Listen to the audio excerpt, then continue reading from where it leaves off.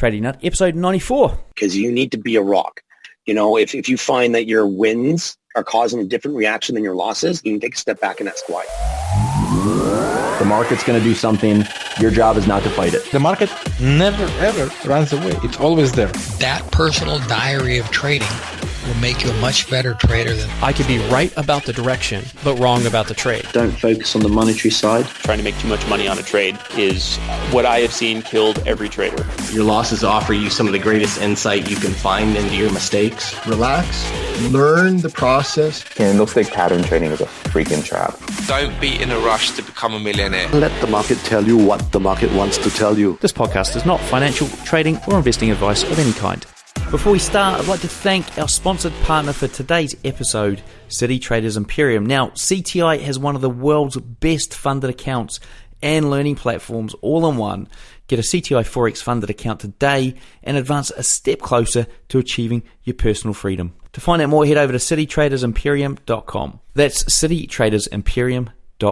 What's up, traders? Welcome to another installment of the Trading Up podcast. I'm your host, Cam Hawkins, and today we've got Tyler Malone on the show, aka Ty, the FX guy. Now, he's a Canadian trader, trades Forex, has a unique style. He tries to invalidate moves to get his entry. Now, you're going to see that in a video that we shot after the podcast. If you head over there to tradingnut.com, check out the YouTube channel, you'll find the video there with Ty that we shot after the show where you'll learn quite a bit. He's got a high win rate. So this is a high win rate strategy, guys. You're going to get to see a little bit of proof about that as well over there on the YouTube channel. So everything's in his show notes. Check it out after listening to this before we get into the show. Okay. In fact, do it after we get to the show. Listen to the show first. What am I saying?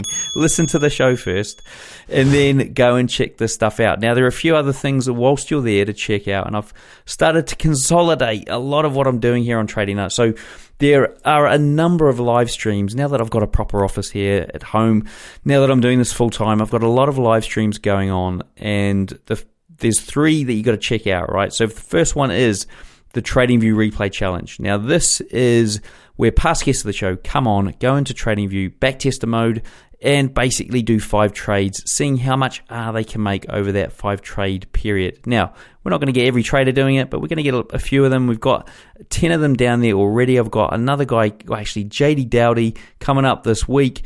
I've got Tyler, who you're going to hear today, coming up, I think, the following week. And then a few more coming. Look, I mean, literally, these guys are keen to do it, okay? Some of them are keen to do it. Some of them it's just not their thing, okay? So that's number one. So that is great in itself. You're going to see exactly how these guys analyze a market, and it sort of proves whether or not they know what they're doing to a certain degree, although it's not live trading, right? So it's never going to be the same. There are quite a few restrictions, in fact. So there's that, the TradingView Replay Challenge. There's also Trader versus Trader. Now, we've just finished the first competition. We've got Jacob from Sweden, did a fantastic job. In fact, he blew everyone away with the scores he got. In the semi-final, over 20R. In the final, he got 27R, and Jack gave it a good shot and got literally the second best score on this challenge out of everyone that I've had on the show, which is probably out of 20-odd people with 12R. Could have probably taken it to the wire, but in the end, Jacob pretty much had him.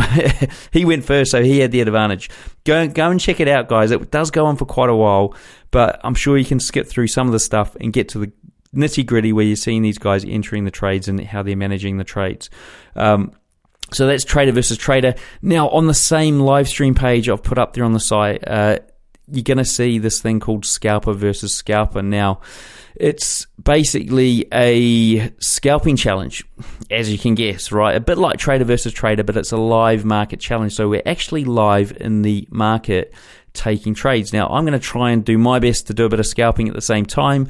I've got 2 traders on there. So essentially 2 traders plus me. There's 3 traders taking entries, scalping the market in a competitive way. I'm not part of the competition, but I'll, fill in the gaps with showing you guys when I'm taking a trade and that sort of thing as well. So some new stuff coming up here. We've got the first one in a few hours' time. I can't wait to get it out there and see how it goes.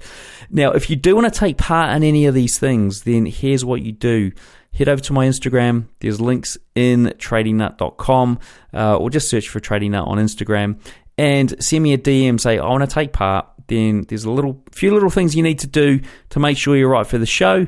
then we'll get you on and you can take part in one of these challenges. Okay, so guys, we're looking for scalper versus scalper or trader versus trader contestants. So if either or both of those sound like something you'd be keen to do, then please hit me up on Instagram. Now, before we get into it, I've also released this weekend a Build That Bot video. So I'm building a bot for Hunter FX, another Canadian trader. Go and check that out. And we've got the Robot Builders Club special for October. Guys, if you do want to learn how to build your own trading robots, automate pretty much anything, and this course is for you. There's no coding required. I use a tool called FX Streamer. I've got a free course, in fact, free training and a robot that I give away. If you want to get access to that, it's all over there on tradingnut.com. Search up or have a look in the top nav and you'll see the robots link. Click on that and in you go. All right, guys, enough chatter from me. Let's get on with the show with Ty. It's a fantastic one. You're going to love it. You're going to learn a thing or two. Let's do it. All right, folks, here we are on Trading Nut. We've got Tyler Malone here, Ty the FX guy, on the show. Welcome, Ty. Thanks for coming on to the Trading Nut podcast. How are things over there in Alberta, Canada? They're getting colder and windy, but, I mean, happens every year, so we're pretty much used to it. But thanks for having me on. I've been looking forward to this since you contacted me initially. Been practicing my script and everything, so I'm excited to do this. And are you much affected by the whole COVID-19 thing at the moment? Canada handled it pretty well in regards to the outbreaks and everything like that. I mean, my city, and then I know the eastern part of Canada, their eastern part for sure is locking down again, but overall we were generally unaffected here. So it wasn't really a big deal. Cool. Okay, well, look, Let's get on with the show. So today we're going to go and find out Ty's story and basically give you guys a massive insight into how he trades the Forex market. So you've been trading full-time for 5 years. To start off with, let's jump back before you even got into trading and walk us through. How did it all happen? Well, mine, this is the last thing, I'd ever think I've been doing. I always saw the whole stock broker and, day trader thing as a kid. I'm like, oh, that looks cool. You can make a lot of money, but I would never think that I would be doing something like that because I was, raised in rural Saskatchewan in Canada, which is just farmland. And it is literally the flattest land you'll ever see. So over there, it's all, tradesmen, farmers, or you go and you get a degree and you go work for the government or something like that. And, but I've always been partial to problem solving. And to be truthful, the market is really just one big puzzle that's begging to be found out. When I was growing up, I grew up incredibly athletic and even went to a private school out there that was strictly for developing athletes. And, like every young Canadian kid, I always dreamed of playing in the NHL. But, those dreams were soon squashed once I realized I was nowhere near good enough.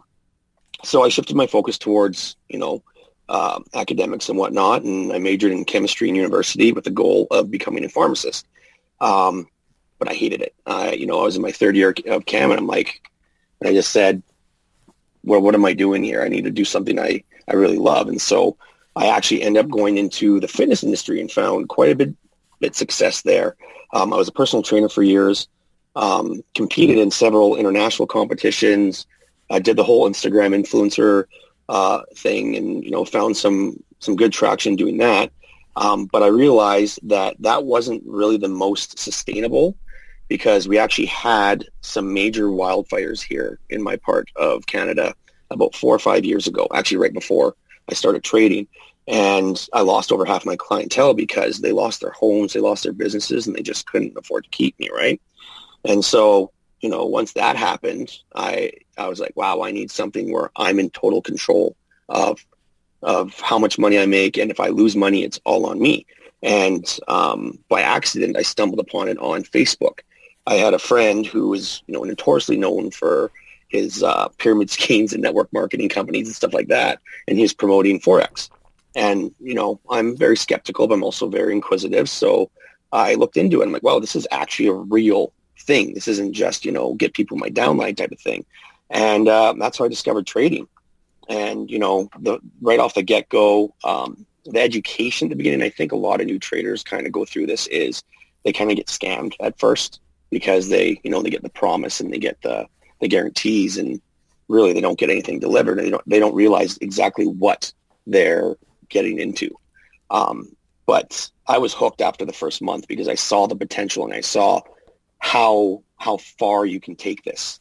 And after that, I finally found a mentor that blew my mind, and years later, here I am. And it's not even the trading part that makes me most excited. It's the fact that with trading, there are so many other avenues you can take to, make an income. You can sell a course, you can fund traders, you can start your own broker, you can mentor, everything like that. So there's, trading isn't the only thing you have to do as a trader. And the beautiful part about trading is that, it's not an 8-hour job. You're there you do your analysis and you wait for your trades, and then you can go pursue other interests. So to be a full-time trader, you don't even have to work full-time. You can still be a full-time something else. And, you really can't put a price on that kind of freedom. And yeah, that brings me here today. So cool. And so you talked about like you found a mentor. I mean, what happened before that? You loved it in the first month. Were you successful out of the gate, or did you struggle through that? The parallel I have is, if you go to school for 4 years, you spend $40,000. Well, I probably did the same thing, except I went to the school of Forex and lost that money before I started to learn how to do it. Okay, cool. And so Yeah. so when you started learning how to do it from your mentor, I mean, first of all, did you get lucky with your mentor out of the gate? I mean, did you need to hunt around, and how did you find your mentor? Because a lot of people out there sort of struggle to find a good mentor, or they just don't give the mentor they find enough credibility and sort of discount them pretty quickly. Yeah, it wasn't right out of the gate. When I say I've been trading for 5 years, it's only been the last 2 or 3 that I actually made any kind of progress in there. I've been in the Forex market for 5 years, but the first 2 years were me trying to figure out what the hell this thing is, right? This beast that we're involved in. And, right out of the gate, I had a terrible course. It didn't make sense. I mean, obviously every single course is going to be like that for every new trader. However, this one was just a, kind of a half-assed course to sell and get people in. And, but because I saw the returns and I saw, this wasn't just something to do on the side, that if you can turn this into a full-time gig, all your dreams can come true. And, that's what kind of kept me going. And then just on Instagram, I found one scalper trader, and then I realized I'm not a scalper. And then I found a swing trader, and that's kind of where I started getting my groove, is just because of the way that I was taught how to see structure, and the way that he approached the markets was just so easily digestible. And not only that, it's the way he taught. It was taught so that everybody could learn and then make their own strategy out of how this guy traded. Yeah. And so basically, what I find with a lot of mentors, and this is where they run into a problem, is they teach a strategy, but they don't teach the market, right? You need to have, this is what we're doing, but they need to also teach, why are we doing it, right? Why is this an entry? Why is this happening? Why did we lose that trade? Why didn't we take a trade here, even though the strategy called for it? And that was the defining difference between, my mentor and every other mentor is, he taught you the strategy, taught you how to be profitable, but you can sit down there and you can literally, go piece by piece, candlestick by candlestick, and dissect the market at such a degree that, you can create your own strategy out of it, just because the understanding and the underlying cause of and effect of why what's happening is so strong. Okay, and I just want to touch on the fact that you decided you weren't a scalper, you didn't like it. I think that's, and swing trading, you were like, okay, great. A lot of people, I think, even struggle to understand whether or not they are, they prefer being a scalper or prefer being a swing trader. I mean, how was it so clear for you? I'm already an anxious person, as is. And so my one friend that actually got into trading, we would meet every morning in a coffee shop, and we'd try and stuff the New York session. And just the drive home after losing our money just ended up being too much to bear. I'm just like, okay, we gotta find something else because this isn't working for us. And it was just, and I wouldn't even say it was 100% that. It was just more so, when you do that, you kind of want to try everything. And then when you find something that's just so, so fluid and so simple. Obviously, trading is very difficult, but it is simple, right? It's not easy, but the concept is incredibly basic. When you find, a strategy that works like that, you can't help but just drop everything else and be like, this is what I want. Because, when you already don't understand what's going on in the market and you already have an overly complicated strategy to go along with that, that's not a recipe for success. But when, you finally find that method that really eases up on that mental anguish when you approach the markets, and all you have to deal with is your emotions and psychology after, then that's a game changer. That's interesting. That is really interesting, because I think, and I've been a culprit of it, of, overcomplicating it, the strategy. Oh yeah. And so the scalping one you learned, was that quite complex in terms of, this is an entry, this is not an entry, this is an exit, this is, how was it so super complex that it sort of threw you off? Well, I think there might have been a little bit of something lost in translation there, because the original creator of it, English wasn't his first language. So obviously that was going to be a little bit of a detriment, but I think it was just the subjectivity. And, trading is speculative at its root, but, you can turn it into something mechanical to create a highly probable scenario for you every single time, right? Because, objectivity is the name of the game. If we can create an objective trading strategy, you're going to be rich. And what I found with this original scalping strategy is there was too much subjectivity and too much back and forth between the members and stuff like that about, is this an actual entry, or is this, invalid, and everything like that. And obviously, when you teach the strategy in your head, it just clicks because you understand it, because you created it. So to you, it's the most objective thing you can think of. But teaching it to other people is something else, because, trading styles are your personality. And, try and teach an introvert to be an extrovert. That's like teaching, a swing trader to be a scalper. So you mentioned the fact that, the second mentor you had around the swing trading was very much like, hey, here are the sort of building blocks that you need to take to then come up with something yourself.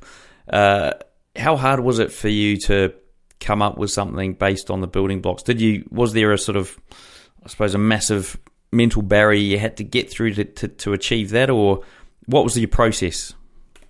For myself, it wasn't that difficult. It was, and I'm sure you've experienced this too, and every other trader that's listening to it, you have those aha moments where, you get taught a concept. And I was actually teaching one of my students over the weekend, and she was getting all mad. She's like, I feel so dumb. I'm like, you know what? Just keep on doing this, and eventually it's going to click. You're going to be like, oh, I get it, right? And that's kind of the process that I had is, I got these building blocks, and the moment that I had an aha moment, I started to see other things happen in the charts around these principles that I was taught. And then, once I made sense of why that was happening or why that's not a good idea, it then did it again on a more complex avenue. Basically, I'm starting to notice these different type of characteristics in the, certain type of market conditions that always lead or almost always lead to these types of entries and things like that.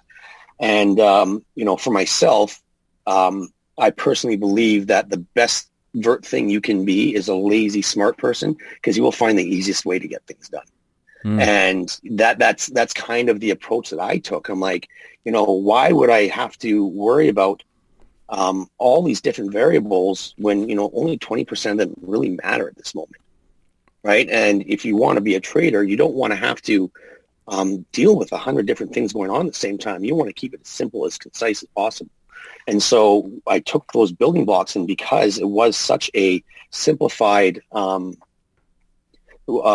approach to the markets, I was able to dumb it down even more. And now, whether that's because my fundamental understanding wasn't quite where it is now, which so I was able to make a little bit more sense of it by not overthinking it, or my mentor is just was just that good. Either way, that's basically how that came about, is just trying to find the easiest way to be profitable. Nice, cool. So I suppose for other people out there, I mean, if they're looking to get a mentor or they've got a mentor and they're basically sort of going through the process of like the mentor's telling me, here are the steps, A, B, C, D, E, F, G, enter your trade, exit your trade, a very sort of mechanical approach. What's your sort of view on that in terms of what would you say to that person? Would you say like just follow the mentor, or would you say, hey, it might not work for you? What would be your advice? Well, I would say, follow the mentor, but don't follow it blindly. If step one says to do a certain thing, ask why. Why is this the first step? Get a cold hard reason for why that is the first step or the second step or the third step, so that when you go into the charts, you aren't just aware of the strategy. And like I said before, you're aware of the markets in general. And that way, when you zoom out and then you look left, as all traders do, we can say, oh, wait, I understand why that rule is in there, versus, this rule, this is a rule, but I don't know why it's a rule, because I lost that trade following this rule. Right. And that's, and that's going to be solve one of the biggest problems that new traders have, is the whole dichotomous way of thinking, like either black and white. It's like it either does or it doesn't. But the markets don't work like that. The markets are a spectrum. It's, if this happens, this might happen.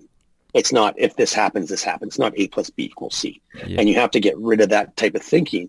And by asking those questions about the rules, you can start gearing your mind, which, we as humans we do naturally. We are an A or B type of thinker, and some people just lack the ability to put that space in between. But if you can, dive into the rules and why those are rules and get proper answers, then you're going to reach a whole new level of how you see the charts and whatnot. And if your mentor cannot provide an answer,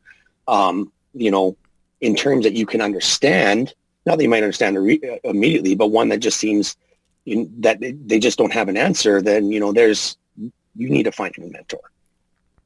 Okay. But, at the end of the day, we have to understand that we're not getting into a black and white scenario. Yeah. In that regard. And so sort of moving on from, you found a good mentor, you got the approach that you liked, you started applying it. I mean, what were the struggles like in terms of trying to apply this method to the markets, and I suppose the psychological aspect of it as well? Did you have any hurdles that you had to overcome there?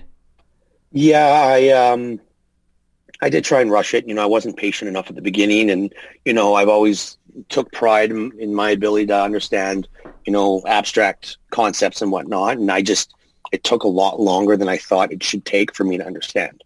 And there were points where I just want to throw my computer, asking, why can't I get this? Why does this not make sense? And that just goes down to, you just have to wait for those aha moments.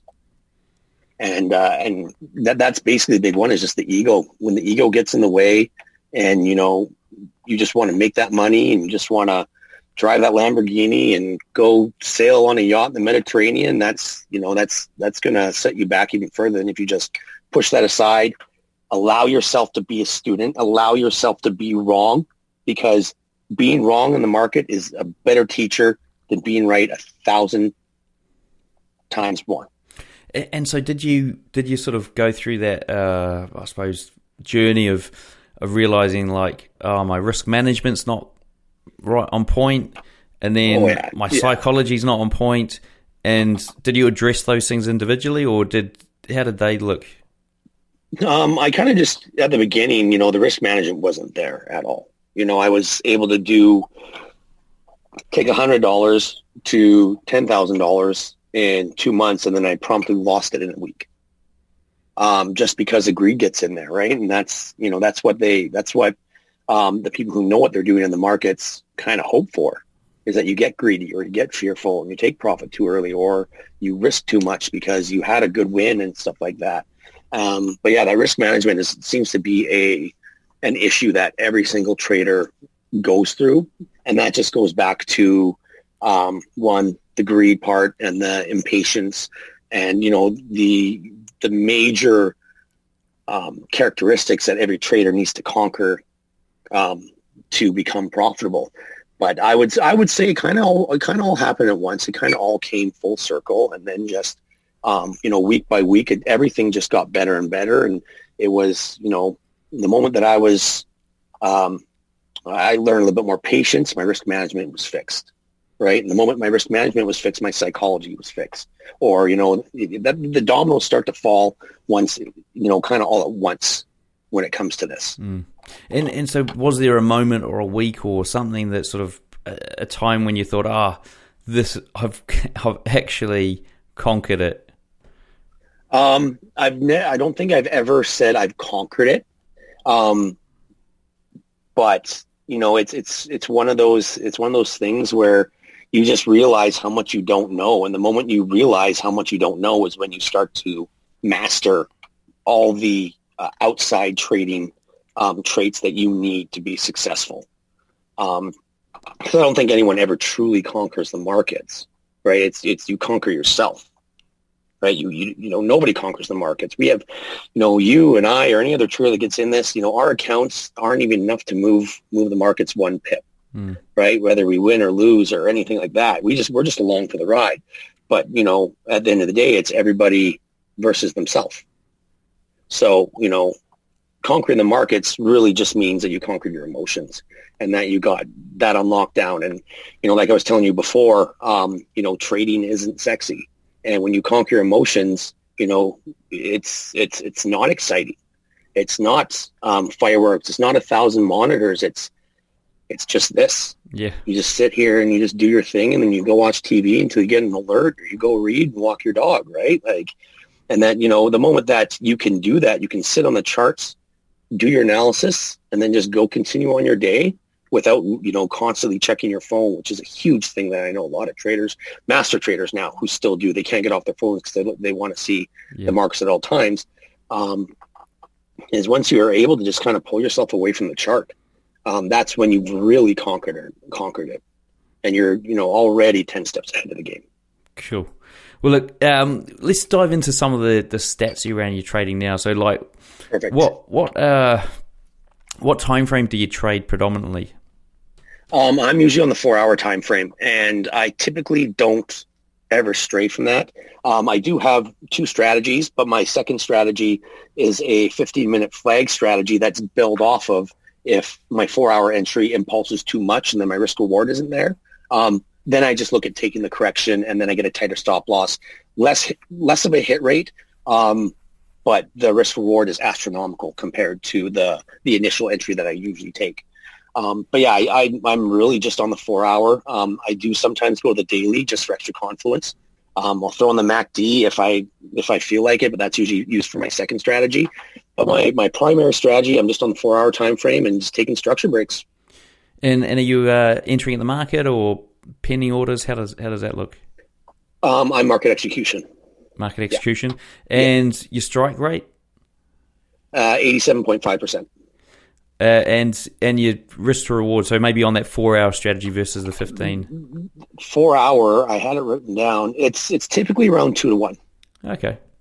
Yeah, give or take. I take profit. I take I risk 2%. I take 1% at 1 to 1, and then I just let the other one ride and trail my stop based on how structure forms. And sometimes if I'm just happy and I just don't want to be in a trade because I don't want to deal with it, I'll close it off.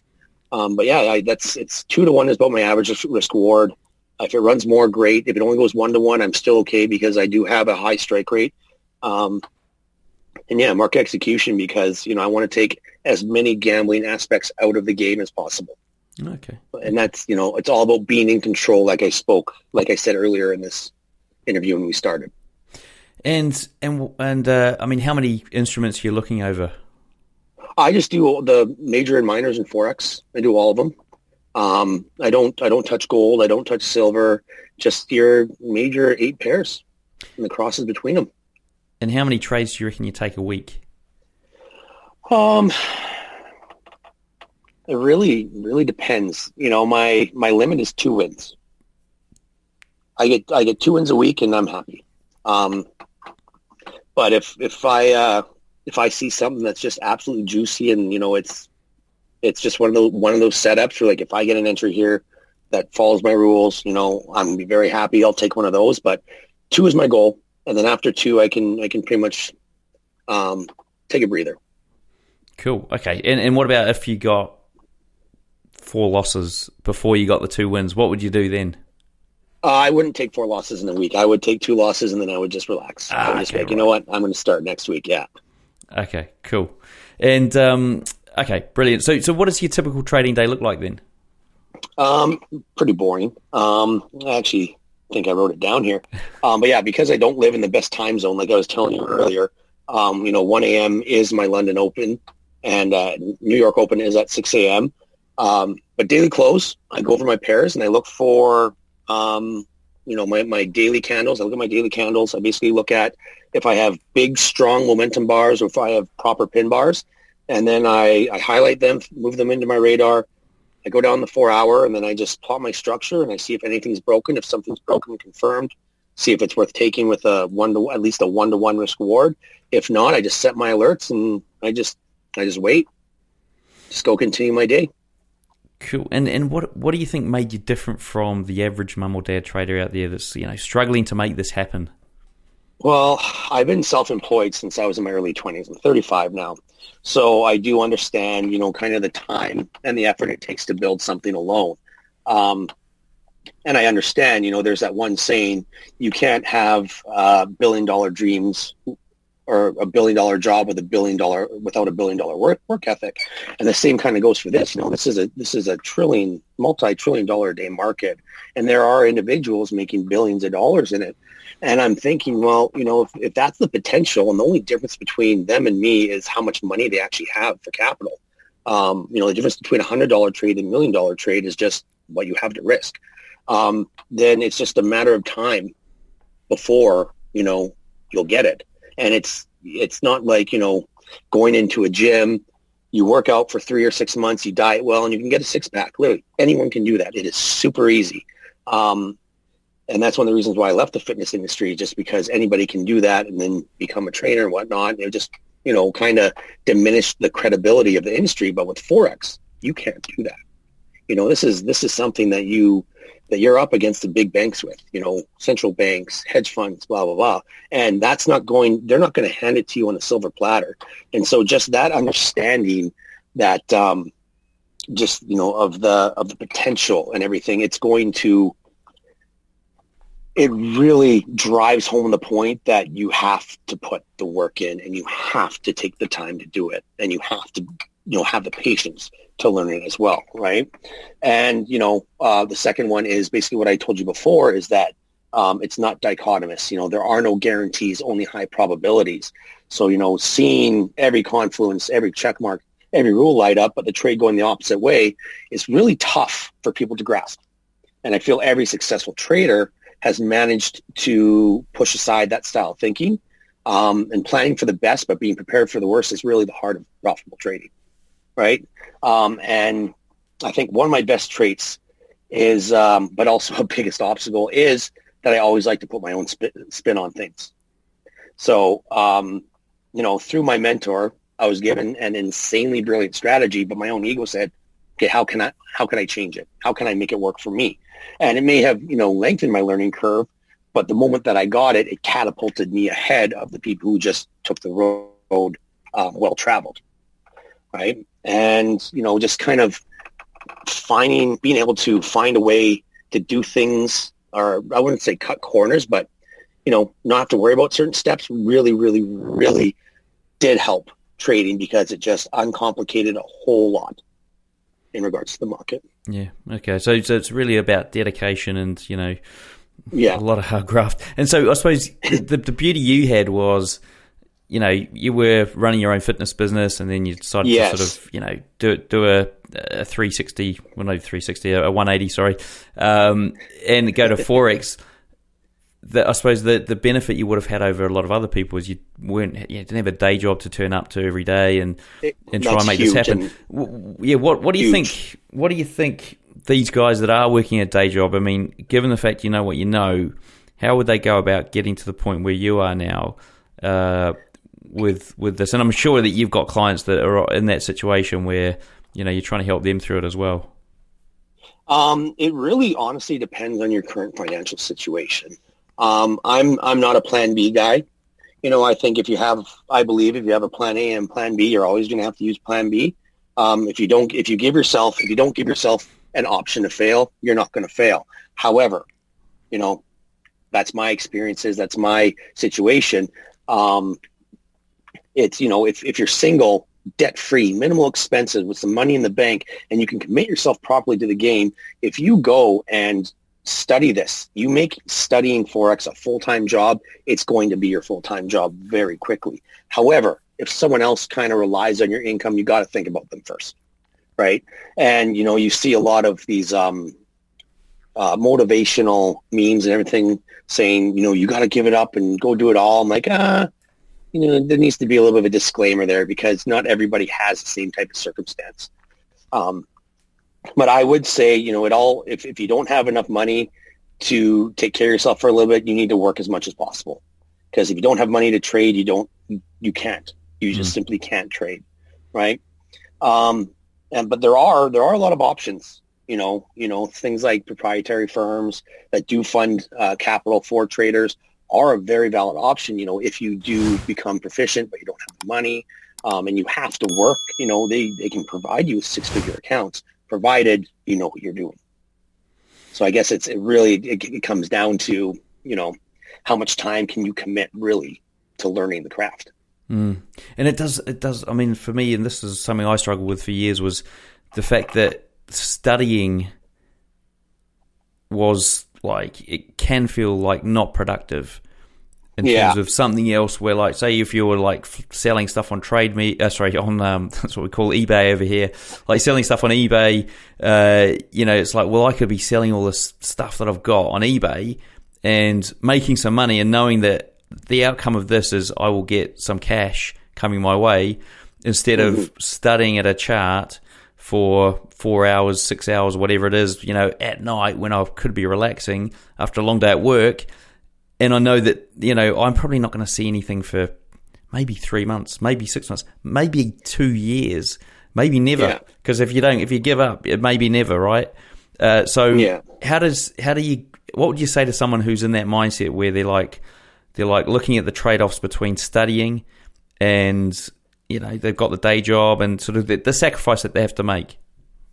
Well, I say, if they need money now, then they should not be trading at all. That's really what it comes down to it. This is, like we said before, it's a game of patience. It's a game of time. And, time in the markets is better than timing of the markets, right? You don't want to, I'll trade when the markets change. I'm like, no, you need to spend as much time in the markets now so you can learn, right? Because regardless of what you do, a year's going to go by. So where do you want to be after that year, right? Do you want to be sitting there waiting to start this up again and selling stuff on eBay and getting, cash for that? Or you do it for a year, now you can start compounding, right? So it's I hate to be cliche and everything like that, but it is really how bad you want it. And if you do have those, $1 million dreams, $1 billion dreams, and you need to have a work ethic that matches it. And, if you're in a situation like I was where, you don't have, a wealthy family or something like that, and you did kind of have to do it on your own, you got to find ways to make it work. And I fortunately did because of my previous occupation. But it's even if it's just an hour a day or a half hour a day, that, everything about the markets is compounding. It's the time you put into it compounds. That half hour a day will compound.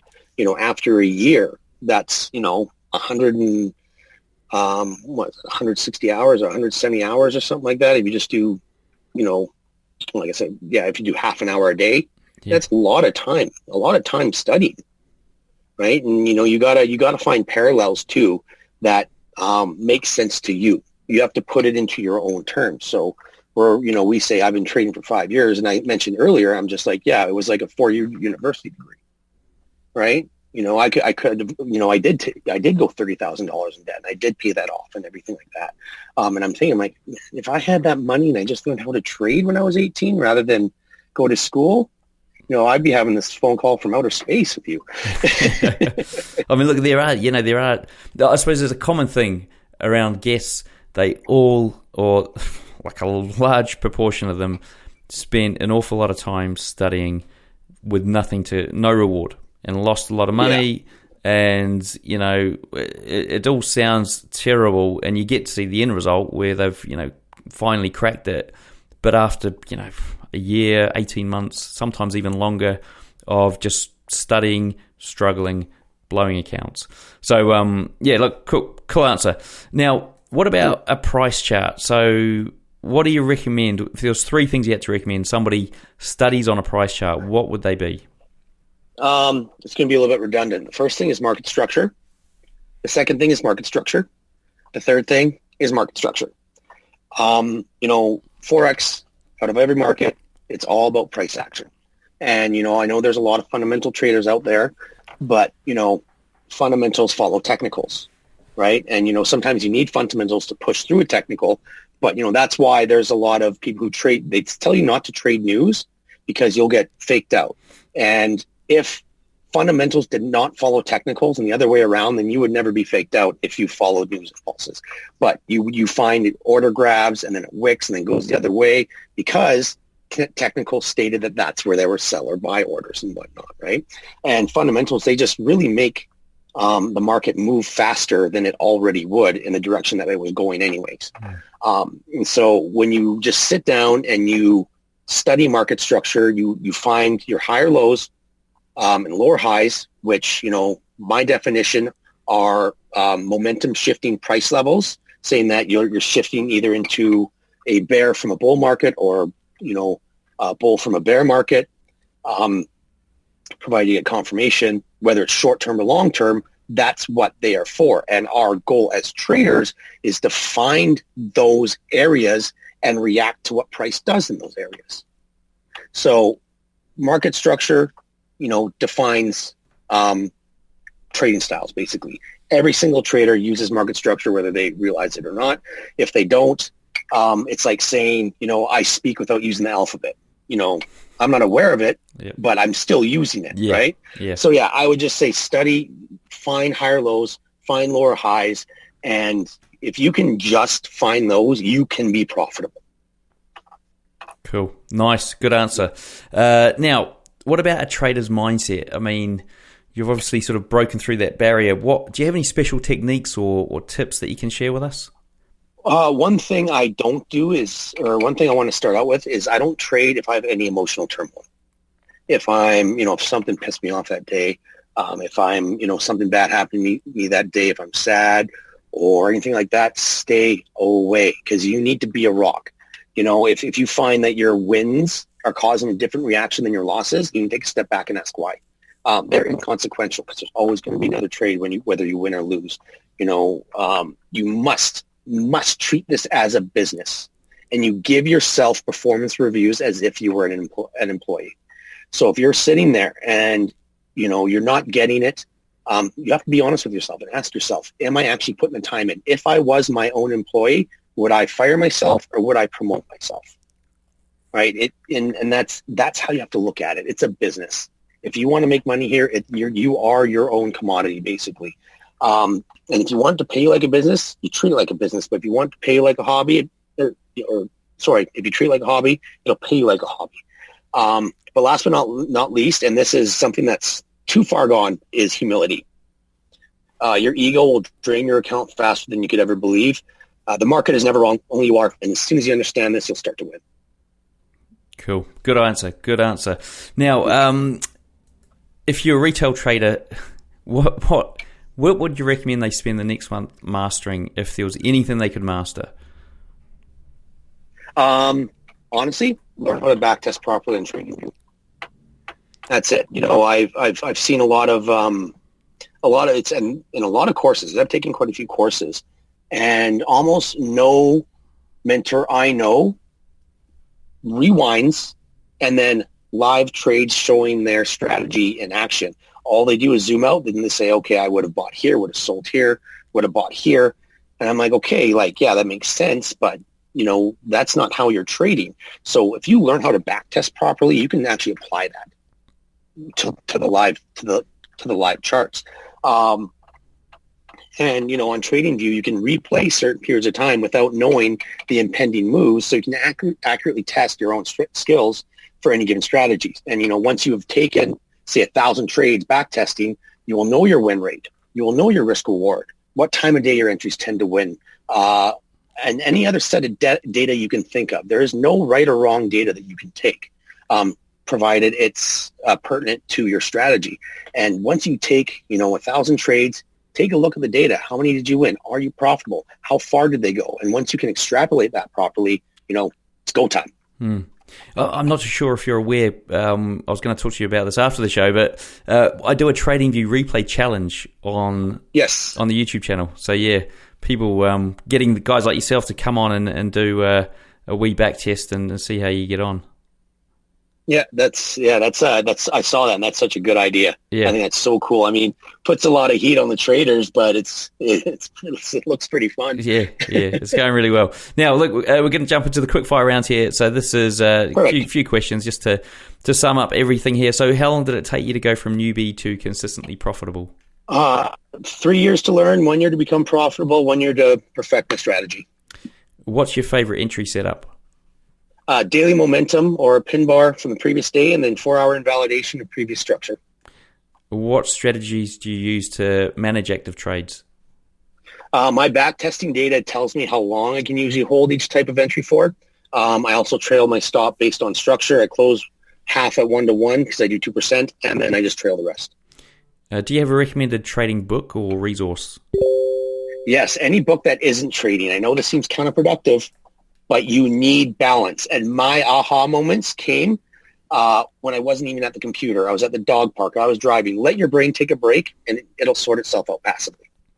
Do you have a preferred broker and trading platform? Yes, Black Bull Markets, and I use MT4. Cool. They're a New Zealand broker, by the way. I found that out the other day. Yes, they are. They sent me a message on Instagram. I was like, I'll have to have a beer with them or a coffee or something. Now, awesome. do you want to walk through your worst ever trade? Yes. So, not every winning trade is a good trade, is a smart trade. Not every losing trade is a bad one. And I won the trade. It was a Kiwi Swiss franc buy. Do you just want me to talk it out, or that's it? I mean, talk it. Okay. Yeah. So I took an entry above a major high and spent a full week in 90% drawdown, sizing in as it came back and hit each fib level. And this was I was about 2 years in, so I didn't really know 100% what I was doing. I ended up winning the trade, but I did not sleep at all that week. And I think I was in about $4,000 drawdown or something like that. And as a new trader, it's just like. So yeah, that was probably the worst trade I've ever taken. Yeah. Now, one last piece of advice for the listeners out there. Okay. Trading is the hardest way to make easy money, but if you can turn it into something mechanical, you're going to be a millionaire. Nice. Now, before we wrap up, what's the best way for the guys to get hold of you? The very best way would be to go to my Instagram page and message me on there. I'm at Ty the FX Guy, or you can email me at tythefxguy@gmail.com. Brilliant. Well, look, a big thank you to Ty for sharing with us today. Everything we've discussed here, along with all the links, are in the show notes. To find them, simply search for Tyler in the search box on tradingnut.com. Until next time, I wish all my listeners trading happiness and success. All right, folks, there we have it. Interview with Ty, done and dusted. Now, look, head over there to the Trading Nut site, check up Ty's interview show notes page, and what you're going to find is a video there that we shot after this where you really get a good look at his strategy, how he approaches the market. So, guys, definitely go and do that. Whilst you're there, make sure you subscribe to the YouTube, because we've got Trader versus Trader, Scalper versus Scalper, the TradingView Replay Challenge, all live there on Trading Nut. If you don't see the live, you should be able to catch the replay. And also build that bot over there as well. So I'm building a bot at the moment. If you do want to build your own bots, Robot Builders Club, check out the October offer. There might be an offer if you have a look in another month. You're listening to this in the future, so go and check that out. And if you're completely clueless about bots, head over there anyway, because you're going to be able to check out the free training I've got and grab a robot to play with yourself. All right, guys, until next time, have a great trading week, and I'll see you in the markets.